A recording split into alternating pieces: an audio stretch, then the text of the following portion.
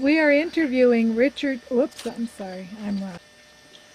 are interviewing Francis Gallagher in his Bern, New York home today, September 2005, at 2 o'clock in the afternoon. He served in the United States Army from July 1957 through June 1960. This interview is being conducted by Kenneth and June Hunter. What is your full name, and when and where were you born? Francis X. Gallagher, and I was born in New York City, New York. And when were you born? September 15th, 1939. And what did you do before you entered the service? I was in high school, Oh, what high school? the Queens Vocational High School in Queens, New York. Well, why did you enter the Army? Well, in the high school I studied electricity, and when I came out of high school I found I couldn't get a job.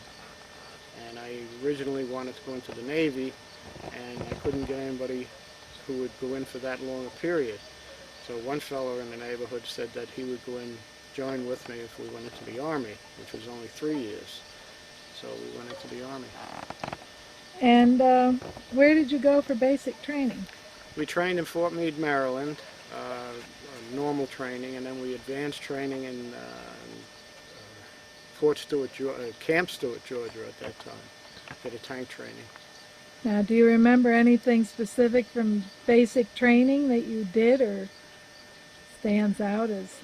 Nothing stands out except down in Georgia they told us, oh, it's going to be very warm and it's a tropical atmosphere and don't worry about it, and we wear light clothes, and it was freezing down there when we got down there. Oh, what month of the year was that?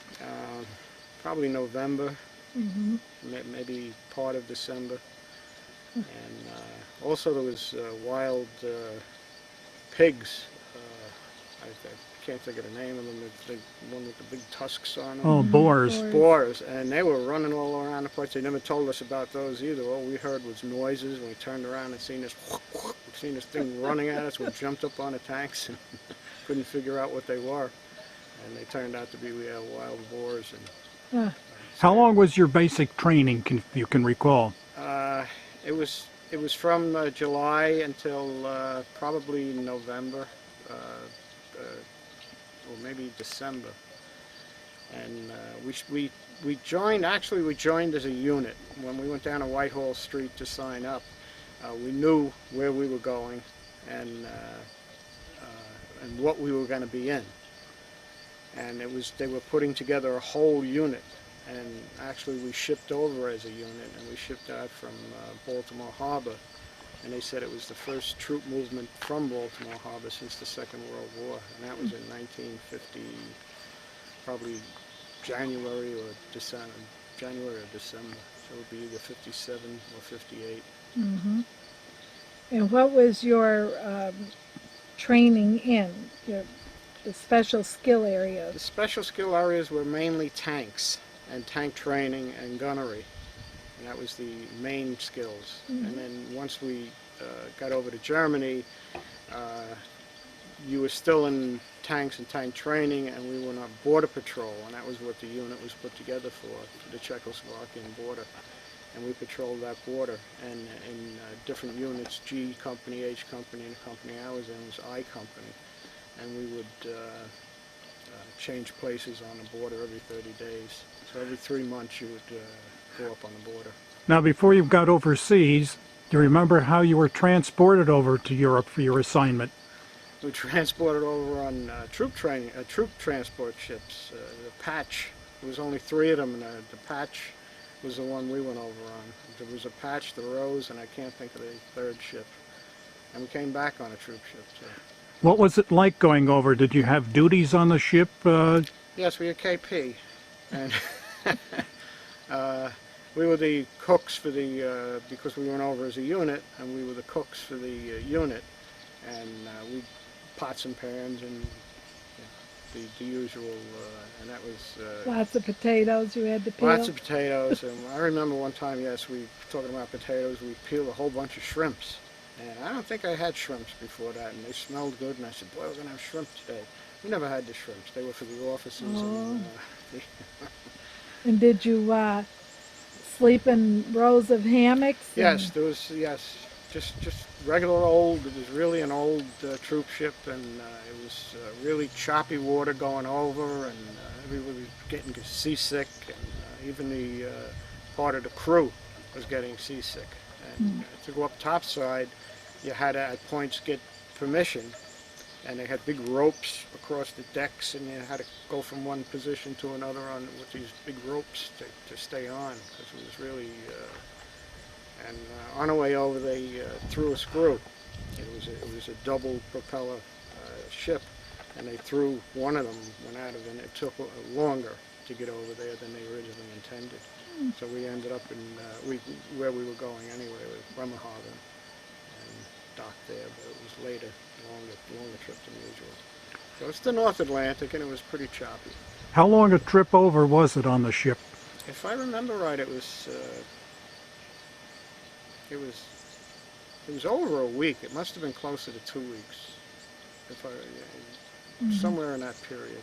Imagine there were a lot of members in your unit that were happy to see soil and get off that ship. I really don't remember that. All I remember is looking at the White Cliffs of Dover and Bremerhaven, and I really don't remember that part. I just remember getting sick all the time and not being able to eat, and you would just go through the chow line with thing and then dump it all in a trash can because you were too sick really to eat. And we were the ones that cooked it, and it was worse because you were cooking it and you were handling it all the time, and it was worse. So. So then you landed, and Landed in Bremerhaven. what did you do from that We went by train, troop train, and I don't know how long that took, but it seemed like it was an awful long time, and that was a terrible journey. What was a troop train like? It was very old-fashioned, and the same thing, we were the cooks, and you had to go through with your mess gear, and they didn't have the trays or anything on the troop train, and you went through with your mess gear, and you had to keep that, and just real messy, and everybody was crowded because you had your duffel bag and all the other paraphernalia that they carried, and it was kind of rough. It was kind of just very old-fashioned train. It was like an old-fashioned American train, rather than the trains that we traveled in Europe later on in the civilian sector. So did you have like wooden seats to sit on? Yes, it was wooden benches and wooden floors, and everything was wood and real old, and it was tough to walk around a train because everybody was so crowded. From there, where did you eventually end up on the train ride? Munich, and then from Munich we went by truck. They took us down by truck, or maybe it was Frankfurt. It was either Frankfurt or Munich, and they took us down by truck to the Amberg Pond Barracks. And that was something. Of course, now you're home for a long time. And what were the conditions of the barracks? Very good, very good. It was an old German. I think it was a Panzer tank itself, barracks. And they were very clean, very nice, three-story buildings, and just held one company apiece. There was only 6 buildings, headquarters, GHI, tank and howitzer, and it was very, very comfortable conditions. And what time did you usually get up? What was your work day like? Our work day was very, very long, and that was one part that I didn't like about the whole thing, but of course they were keeping us ready in case something did happen, and we really didn't know at any time what could or could not have happened. So it was a very long day. You probably got up at 5 o'clock in the morning, 8 at 6 o'clock. Again, our company was the chow, the food preparers, and then at between 6 and 7 was chow, and then 7 to 8 was calisthenics every day, and then 8 o'clock you went down to the motor pool and spent most of the day down the motor pool caring for the tanks. Those were old at that time. We had the old M47s, and they were just switching over to the M48s. So one by one we were getting rid of the M47s into the M48s. And they still had half tracks. They still had a lot of old equipment.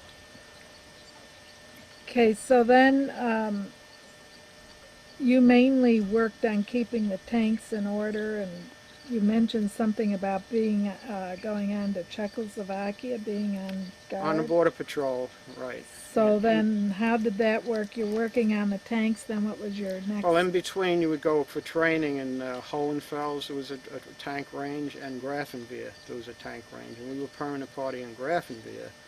And Hohenfels, I don't know why they would use it once in a while. Maybe Grafenwehr would get too full up from other units coming in. And we would go to Hohenfels and fire. And it was tank training exercises. Mm-hmm. Now, do you remember any of the barracks there at Grafenwehr? I remember when I was stationed there, they still had German symbols on the front of the entrance doors you went in, and some of the barracks, as we looked at them, you could still see the effects of the strafing from World War II. Well, Grafenwehr, yes, Grafenwehr was like that. Pond Barracks was like that. They still had the where the swastika would have been with the round thing and the eagle. They kept that, as far as I know, until we left in 1960. But the swastika was chiseled out. But Grafenwehr, yes, but it was old-fashioned, yet it was modern, because in Grafenwehr they had a golf course, and you were able to fly kites and radio-controlled. At that time, there were new radio-controlled airplanes, and that was a pretty big, it was 100 square miles, Grafenwehr was. And they had old bombed out cities that was still left from the Second World War, which we used to train in. They used them as streets in urban warfare. Were there times when the unit was put on alert and you spent long times away out in the field? Oh, lots of times. What was it? Describe what it was like. Well, you would just pick up, you would just have what you had on, mainly your clothes that you could take, the winter clothing. Most of the time the alerts were in the winter time. And of course on the tanks were fully combat loaded at all times anyway. At that time I believe they trusted us. You know, we had bullets, we had guns, we had everything was on the tanks. So all you had to do was start it up and go. And which we did, and many times you would just go out to a border station or to the designated woods and stay for extended periods. Now, during that period, did you ever have any observation of training from the other side of the border? Because that was supposed to be a popular invasion route that had been used from World War I, World War II, down through there. Did you ever see any of that? No. At that time on the border they had electrified fences and plowed fields. And I remember a tractor that they had jury-rigged, and every time the tractor would go near the border to plow the field, the guard on the tractor would raise his gun to this guy so he couldn't accidentally fall out and roll over into West Germany. But it was minefields also, so there was two fences, and people would think when they were escaping, if they tried to escape, that they would go over the first fence and they'd be home free, and they weren't, because then there was a minefield and then another electrified fence. This was during the period of the Cold War. Yes. Yes. And did you see the towers and all that they have over there, and the Czech and German guards? Did you notice activity from them watching your movements and Well, all? they used to watch us like we would watch them, and at times they were close enough, they'd be in the bushes, and you actually get to talk to them, you know, what little bit of Russian we could learn, or what little bit of German or English, and that they could pick up. And so you were intermixed with the German border patrol as well, who dog handlers, and I don't know if you ever seen one of those border guys with the big green capes and the dogs, and under that he has a big submachine gun, and these dogs were tough. You wouldn't want to mess with them. But you got to talk to the other side. And they were just like us. They were young soldiers, and you know, not really knowing what you. Now, I understand that as an added measure, that if you got past one of the barbed wire fences, the second one was electrified. Actually, they were both electrified, yes. Oh. And that was the whole thing, that you thought, well, the first one and the second one in between was the minefields. And if they were lucky, they got through that, and then what they would hit again was another electrified fence. But they wouldn't know that. They wouldn't know that because all they see is the first fence. And they think they're going to get over that or under it or however they're going to do it. And then if they're lucky enough to get through the minefield, because that's what the plowing was all about, to keep it fresh, to see if there was any footprints, and for them to place mines. And, yeah, the guard towers you would see, but no activity that was threatening or anything. The only activity that was threatening was just before we left. Khrushchev gave us 24 hours to get out of Berlin, and then they pulled the tanks up to the border, which we'd never done before. And we thought we were going to war at that time, because they never took it up beyond I think it was a 10-meter zone. Now, you were able in off periods from your regular duty to be able to go and visit some of the cities and towns in Germany. What was it like? What were the people like over there? Well, very friendly. Most understood English. Very upbeat, if I remember right, very upbeat shops. It'd be like walking down Fifth Avenue in most of the towns. You couldn't find inexpensive shops. Most of them were expensive, and the restaurants were good, and the beer was good, and the streets were very clean, the buildings were very clean, as I said, the people were very nice. They treated us very, very well over there. Do you have any recollections of visiting in Munich? I went to Munich, the big train station in Munich, and a big train station in Frankfurt. And, Did you ride the streetcar system there? Streetcar system. In fact, we rented a car in Munich and drove down one of those tunnels, and I said, we backed out and got out of there, and I brought the car back. I said, I'm never going to drive there again. And it happened again in London when we were on vacation, and drove down one of them, backed out, and said, never going to rent a car in Europe, period, again. Did you have an opportunity to visit a former prison camp from World War II days there, where they took a lot of the Jewish prisoners? We went to one that is very little well known. The name of it was Flossenburg. And there they had stainless, what was very shocking to me, they had stainless steel tables where they used to, actually, after they gassed them, they would chop them up and throw them into these little furnaces.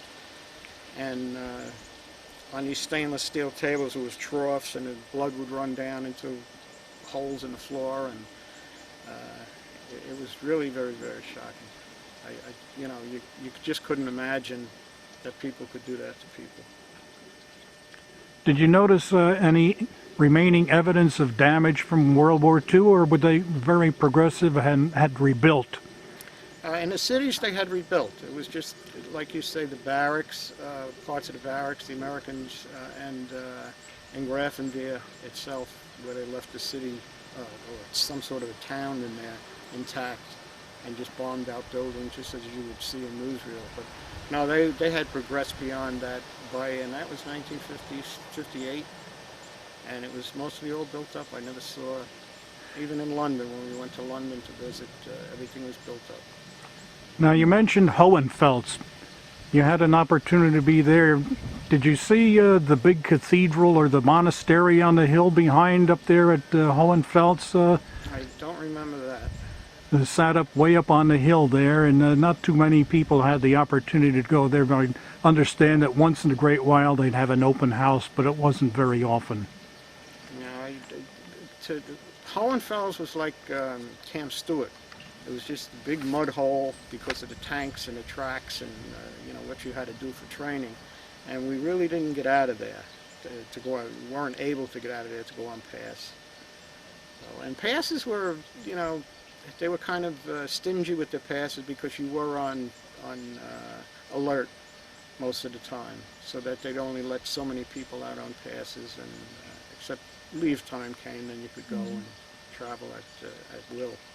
Some things that people don't realize is the long waits to get paid, the long lines, and the armed guards around at some bases and some posts where they protected the shipment of money in as they dispersed the troops. Do you have any recollections of that? We didn't have that, no. We had very little threat from the outside.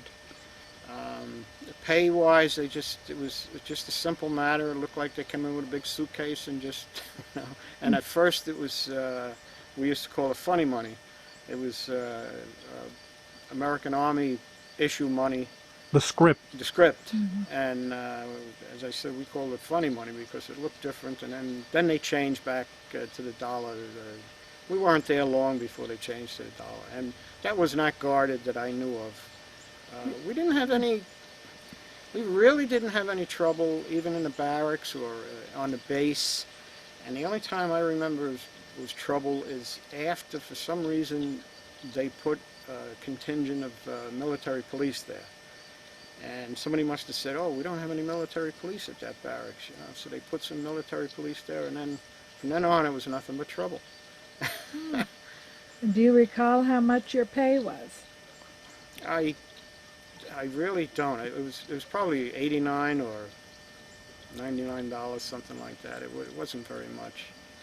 Now, did you have things like a PX? Oh yes. What was that like? I didn't go there much because there was really nothing that I wanted to buy. But they sold cameras and binoculars and you know, all sorts of, which now you know is very valuable and you should have bought. But you were young at the time, and yeah, they sold all kinds of goods at the PX. But again, you had to have money, and a lot of times the money just didn't last, you know, between what you needed and what you would spend if you did get out and go downtown and have dinner and a few drinks. Now, were you married at this time you were over No. there? No, I was single. I was lucky. It's funny you mention that. We didn't talk about that.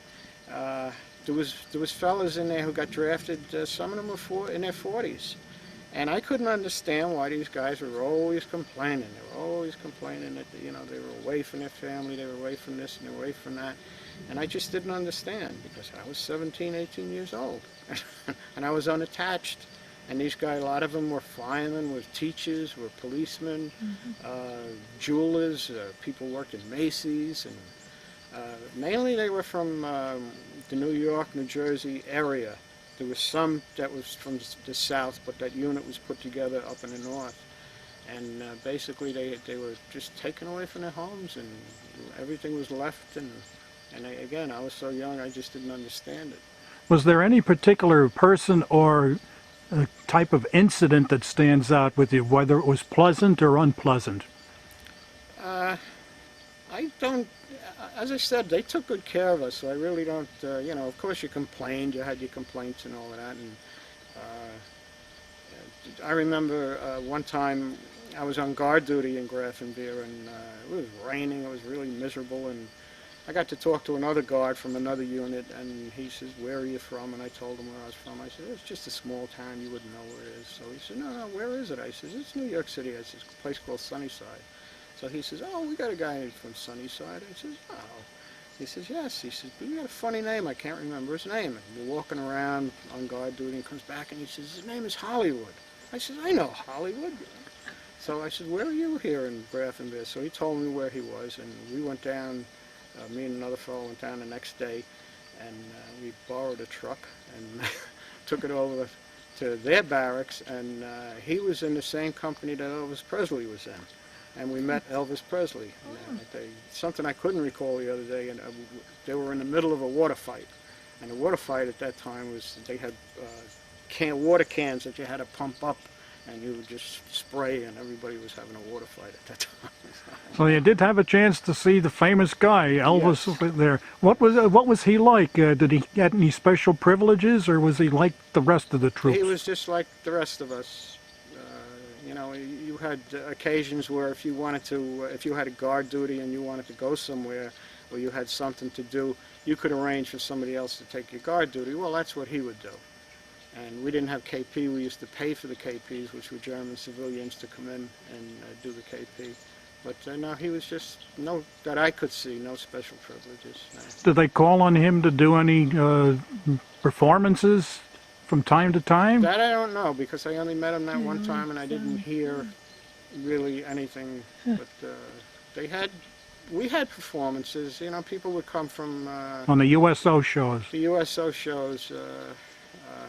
One of them was, I can't think of his name, one of the Crosby sons. And he was touring. And the thing that sticks out in my mind, we had to help them unload their paraphernalia, and one was a piano and other things. And then they canceled the show, and we didn't know why. And we found out later that they canceled it because it was supposed to be for the troops. And they had brought in all of the civilians and civilian wives and you know, officers' wives, and everybody was all on the front, and the troops were standing up in the back, and he didn't like that idea, so It's good to hear. from what I hear, they canceled it for that reason. So, but he was there. We unloaded the stuff. So. But no, I think they took good care of us. They fed us well, and except a lot of chicken, and I didn't like chicken at that time. Now, did you have a lot of inspections? Oh, it's inspections all the time. What was a typical inspection like? There's the barracks, there's the personnel, there was equipment. There's a full field layout, yes, and a lot of times the full field layout was the toughest, because everything really, now you're laying it out for everybody to see, and everything, every nook and cranny had to be, and not only that, now you're going to go down to the motor pool and do the same thing with your tank equipment. So all of the wrenches and socket wrenches and screwdrivers and tool bags and everything had to come out of the tank, and everything had to be laid out, and everything had to be ship-shape, and that was kind of tough. That was long in preparing for, and long getting over, because now you got to put everything all back. So, How did they treat anybody that didn't pass inspection? I don't Did it have an remember- effect on the whole unit? Only in boot camp. Only in boot camp did anything really have an effect on the whole unit. Other than that, we had our company goof offs, and as the time progressed, after the drafted people went home, we started getting people from different outfits, and then things started to happen. Maybe that's why they brought the MPs in. Things started to happen. Things were getting turned up missing from barracks, but these guys, whoever they were, they didn't care. I don't even know where they came from, half of them.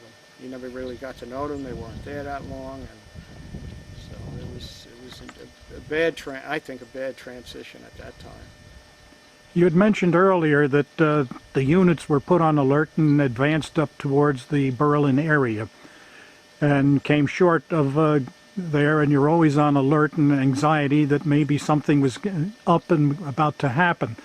Were there periods when you had an opportunity to go into the Berlin area and for relaxation and see what it was like? For some reason, our unit was not allowed to travel into Berlin, and that's another mystery. I don't know why. Funny things happened. That at one point, they took our unit badges away, and we had a unit patch.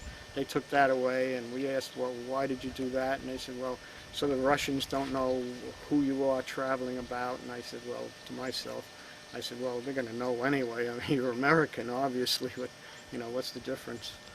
So they did, you know, kind of strange things. Somebody up high thought, well, that was a good idea to do, and it wasn't. Now, when you received a pass to go into town or for leave, what was the average period like, and what did you do? Well, you could put in for a pass, a 3-day pass maximum, because after 3 days then it became a leave, and will be charged against your leave time. And you could get I guess it was like a 6-hour pass, just to go downtown, have a few drinks, and roam around and get out of the barracks area. But the 3-day pass, then you could travel into Munich or Frankfurt, and sometimes they would have carnivals and different things that you would want to go see, museums and castles. And in our own particular town, they had traveling carnivals all the time, and they had one beer garden up on a mountain that they had a trained bear, and he was always chained up, and he was always there, and that was one of the attractions for the Amberg area. Now, did you have an opportunity to go down and see Hitler's old retreat, the Eagle's Nest? They flooded that. That was, if I remember right, that was in Frankfurt or Munich. I'm getting them mixed up now. So a bunch I of think years. below Munich. And they had flooded them.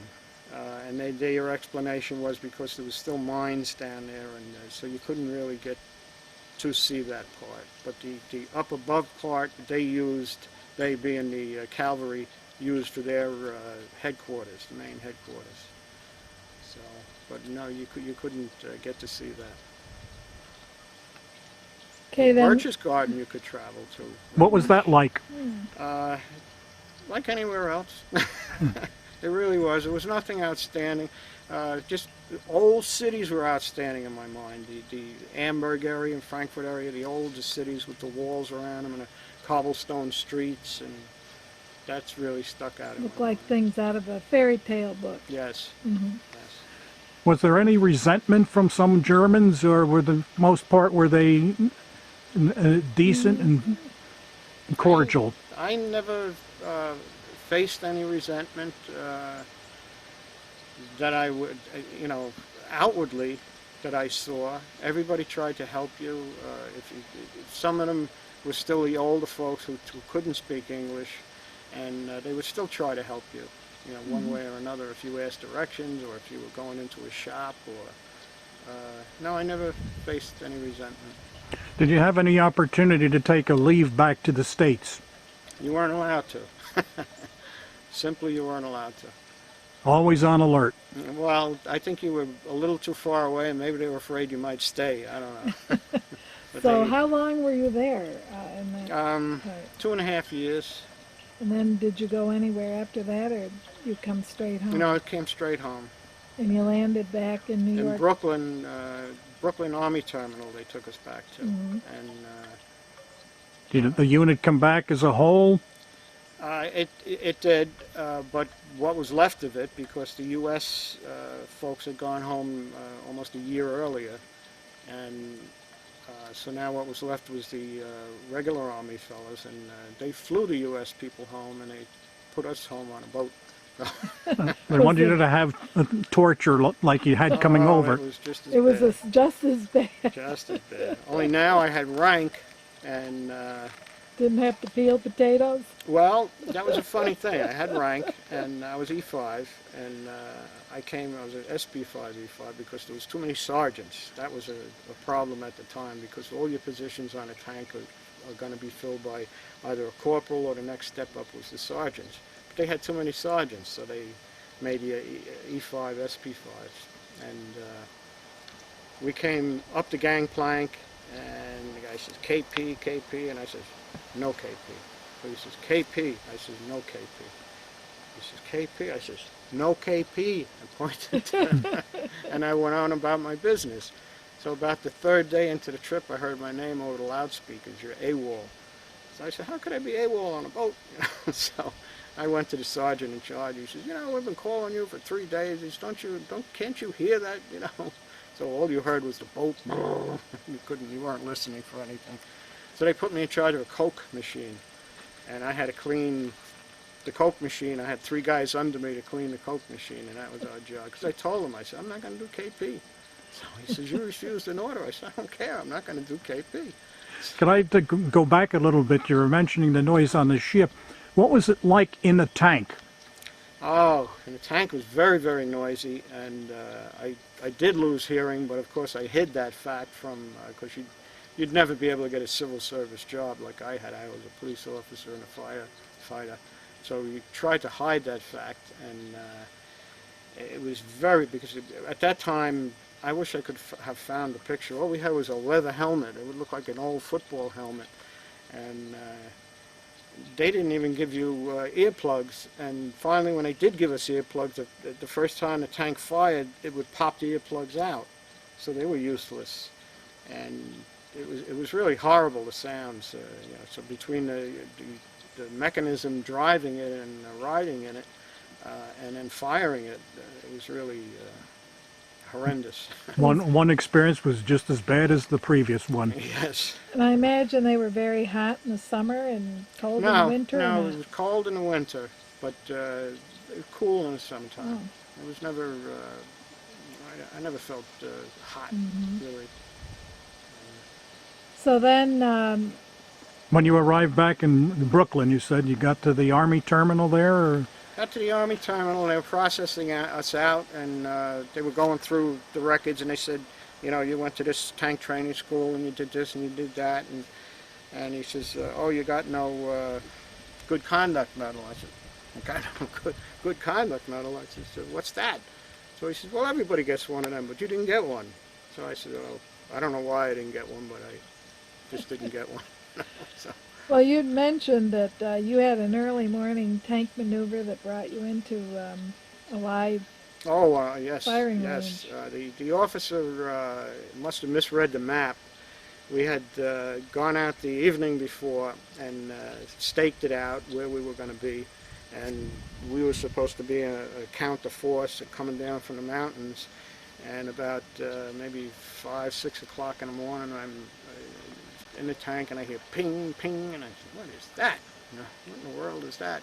So the sergeant says, they're firing at us. I said, who's firing? He says, oh, he says, we're on a firing range, you know. So they radioed to the other tank, to the officer, and he had a radio to the range and have everything stop because they didn't know where the firing was coming from. So all the ranges stopped, and that was in Grafton there.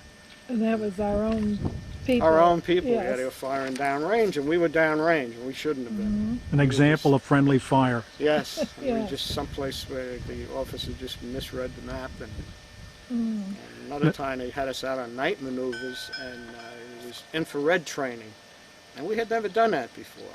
And infrared training, you can't see depth in infrared. So we were riding along, and all of a sudden, water hit my face. I'm driving the tank, and water hit my face, so I just stopped. And it was a reflex, and I almost threw the tank commander out, broke two of his ribs, and backed the tank up. What did you do that for? I says, you're going into a lake. And that's exactly where we were going. We were going right into a lake. So, and it just hit my nose and my forehead, and I goes, oh, and I hit the brake, and because a tank, you could be going 10 miles an hour, 15 miles an hour, throw that in reverse, it goes in reverse. Oh, It doesn't grind gears or anything, it just tips like this and goes right in reverse. So there was none of the refinements or so. It was a real rugged and rough ride in a tank. Oh yes, yes, not like I see on the newsreel things today with the tanks with the gyro stabilized and the images that they see, and we didn't have any of that. You were really, you had to be more concise, although they have to be, I suppose they have to be, well trained also in air instruments, but you had to get, really, because we got so that you could knock, the targets would go by on 2x4s and on a trolley, and we got so that you could knock the 2x4s down. Of course, that put it out of action for a little while, but we didn't care. That was good. When you were back in the States, did they try their hardest to have you re-enlist? Just before we left, yes, and I told them I was going to go in the Navy. I said, this time I'm really going in the Navy, So then when I found out we were going on a troop ship and the experience of the troop ship again, I said, no, I don't want to go in the Navy, and I don't want to re-enlist either, because if they don't care enough to fly us home and they're going to put us on a troop ship again, I said, I'm not going to re-enlist. take a chance. Okay, now were there any, so then you got out of the service, are there any people that you remember specifically? Are you Some friends people I with? kept in touch with through the years. When I got out, I called one of the guys who had given me his number in Rockaway, and another guy up in Westchester, and we all met. And then from then on, we stayed friends until this one fellow, he moved down to Florida, and he was down in Florida maybe a year, 2 years, and he got killed. He went off the road and hit a tree and got killed. So have you ever gone to any reunion, or No. are you in, did you ever join any military organizations? I The can. FW or Legion? Yeah, I can. I could join as the son of, because my father was in the service and in the war, and I can join as the father of, because my son was in Desert Storm, but I can't join any military organization because of the time I entered the service in 1957 and I got out in 1960. And the times ended in 1955 and didn't begin again until 1962, I believe. So my time, I can't even belong. So there must be thousands of us out there like that, and that these American Legions and Veterans of Foreign Wars could use as members, but for some reason, the act of Congress, they wouldn't change it. Now, can you remember when you were given your discharge there, did you have to furnish your own transportation back home, or did they give you transportation? I took the subway back Yeah, I home. was going to say, he was from New York That's City. right, New York City. Yeah, I took the didn't subway from Brooklyn out to Queens, and And then did you go back to work, or did you rest for a while? I didn't have a job. I didn't have a job before I left, so I didn't have a job when I came back. And I was back probably not quite 2 weeks, and my father was after me to get a job. He said, "Got to get a job, got to get it." I said, "Gee, I've been away for 2.5 years. Give me some time." "Oh, you got to get a job." So I looked through the papers and I saw Pan American was hiring, and I said, "God, don't ever hire me," So I went out for an interview, and the guy was asking me all about aircraft engines and all about tanks and what I knew about tanks, and I'm giving him all this information, and I forgot that the tank engines are aircraft engines. They also use them in helicopters and small light aircraft. And I'm just feeding him this information, and he knows that I know, but I don't know that I know. And I got the job. I didn't want the job, and I got the job. And then you worked on the engines then for the For aircraft. Pan American, I worked there at that time it was Idlewild Airport, and it was really too far from the house because I didn't have a car, and you had to have, you took a subway to a bus to another subway, and then the subway to a bus, and then a bus to the airport. So it was like close to 2 hours traveling time from Queens for where I lived. And actually, the way the crow flies, it was probably 10, 15 miles to Idlewild, but couldn't get there from here. So I saw an ad for the transit police, and I put in for that, and I had passed that test and got that job. What kind of duties did you have with the transit police force? Well, you traveled all over. You went, again, they broke you in, and how they broke you in was that you had to ride every train and almost sit on every station. And by sitting on it, I mean you actually patrolled every station, so that you got to know the system, that if you had to get from one point to another point, you wouldn't even have to stop to think of how to get there. And you've seen conditions in one place and conditions in another. Say Wall Street station during the daytime and Wall Street station at nighttime. There was nobody and nothing at nighttime. In daytime, thousands of people would go through. And 34th Street and Times Square was the same, and big stations mainly we worked at. Were there any unusual situations that you came across while with the transit police? Oh, lots of them. There's lots of funny stories, lots of bad stories, but for the police department, probably not unusual. I don't know, funny things happen. You're giving somebody a summons, and he goes down, falls down, he's having a heart attack, and you got to help him, you got to call an ambulance, and you got so that you knew who was real and who wasn't, and at the end I just put the summons in his pocket, and I was walking away, and he says, "You dirty bee," and jumped up, and another time somebody called me, there's a dead body in the doorway upstairs, and after the third person came down the subway and told me it was a dead body, I said, maybe it was a dead body. So I went up in the street, and sure enough, there's a guy laid out in the doorway, and he's all broken glass all over, and he's got no shoes on or anything, So I go over, and he's drunk, dead drunk. So I wake him up, and I said, "Where's your shoes?" And he says, "I sold them." I says, "Somebody stole them?" He says, "I sold them." He sold his shoes to get more booze. Yeah. So I says, "Come on, get up." And he gets up and he walks over all this glass, and he doesn't get cut. So I put him on a train, as drunk as he was. I said, "Get him out of here." How long did you work for the transit police? A little over 5 years. And then from there? I went to the fire department. I had the hours in the transit was just a little too bad for us. We had around the clock hours, 4 to 12, 12 to 8, and 8 to 4. But then for 3 weeks, you had it 8 at night to 4 in the morning. And that was a killer. So, 8 at night to 4 in the morning for 3 weeks. And so I did that for a little over 5 years, and I said, well, that's enough, you know. And I found out that the hours were so good in the fire department, because you only had 2 shifts in the fire department, 6 at night to 9 in the morning for 2 nights. And you had 9 o'clock in the morning till 6 o'clock at night in the daytime for 2 shifts. So that sounded like a better job to me, and I took that. Did you have to do any special training for either the transit police or fire department? Well, both had its own, the physical part probably was the same, the physical exercises and all of that training. But for the police, it was learning police tactics and shooting range, different aspects of firing your weapon and where to fire it, when not to fire it. And the fire department was the same way. Basically, the physical training was the same, but now you have to climb buildings and you have to be able to escape from that building. And you have to know escape routes. When you're going in, you got to remember how you got in and so you can get out. And then if necessary, how to get out if you have to get out in an emergency. But you were never alone. Very, very seldom were you alone. You always had 4 or 5 other people with you.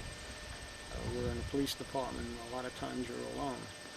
And you had to make decisions on the spot, and you could be in a police department, you could be fighting with somebody on a subway station, and it could be empty, and a train could pull in, and a lot of people come out of the train, and you don't know what you got on your hands now. So you had to be very careful. Where in the fire department, you always had somebody with you, and you always had help. Was there any particular incident in the fire department that stood out for you? Well, mainly at the time, it was Mayor Beam. He was the controller before he became the mayor, and he decided he was going to lay off a lot of people. And he laid off a heck of a lot of people, bus drivers, policemen, firemen, you name it, they laid them off. They were all in the street. Now you had to cover those spots. So we got transferred from one outfit up to the Bronx. And the Bronx, they were burning down the Bronx, the residents at that time, and burning down all the houses. And that stuck out in my mind. Why were they burning their own houses down? And many a fire that it was people killed, women and children injured, and you know, that really, to see that really hurt, and you wonder why would they do that to themselves. And now, when did you get married? After you got out of the service, while you were at transit or in the fire department? I was still a transit cop when I got married. I had to stop to think. I was still a transit cop when I got married in 1968, and then 1970. Sometime in 1970, I went over to the fire department. So did you find that your training and work in the military helped you in your career? Well, I think that it taught you to be reliable, self-sufficient, disciplined, clean, and I think that helped to how to present yourself, how to talk to people, and I think that I think everybody should learn how to do that, because I see some of the younger people growing up today, they pick up the phone and say, hey, you know, they don't say, hi, my name is Gallagher, I'm looking for, where this was instilled upon you in the service, and you got protocol, and there were certain things that you did, and you didn't go above somebody's head, and you learned that, and that's still in the police department, the fire department, and even in Pan Am, you can go above somebody's head. You stayed within where you should have and followed the rules. How much time did you accumulate in municipal service? Municipal service altogether 24 years. And what brought you to come up 150 miles away from New York City? Well, my wife and I always wanted to find a place just to get away from the city. And in 1969, we decided to go up to Durham. And in Durham, we were looking for just a patch of land, a place to come up, maybe to pitch a tent or something, and eventually when the kids grew up, to bring them and picnic and so on. And up there I met a motorman, that I recognized from the Transit Authority, and he says, you know, what are you doing up here? So I told him, and he said, oh, you should go to so-and-so real estate. So I went to the real estate, and they took us up here to this house. And the house, believe it or not, at that time, it was $11,000. Either $10,000 or $11,000, I really don't remember. And for 30 acres of land. But that was $1 million to us. We didn't have anything. So I went back and told the real estate guy that, you know, that we just couldn't do that. You know. So he got back to me and he says the guy will take half down and he'll take payments. So we managed, her mother gave her a policy, my wife's mother gave her a policy that she had, an insurance policy, because she didn't need it then. She had me. And cashed it in, got $5,000 for the down payment. And we paid $59 and something cents off for 10 years and paid this house off. So, It's a good deal. and that's how we got this. This was our first house. And actually it was our first house. And then we found out about the veterans, Hospital? no, the plan that you can buy a house. Oh, the Oh, GI the Bill. GI Bill. I found out about that, and we secured a house down in Sunnyside. And because the rent in the building we were living in kept going up, and they kept replacing the windows and storm windows and refrigerator, and they kept putting new stuff in and kept jacking up the rent, and we were still just paying rent. So we said, well, we could be paying this off in a house. So then we bought the second house, which was really the main house, and we lived in that until 1986, until I retired. Okay, well, we've enjoyed visiting with you, and thank you very much. Thank you.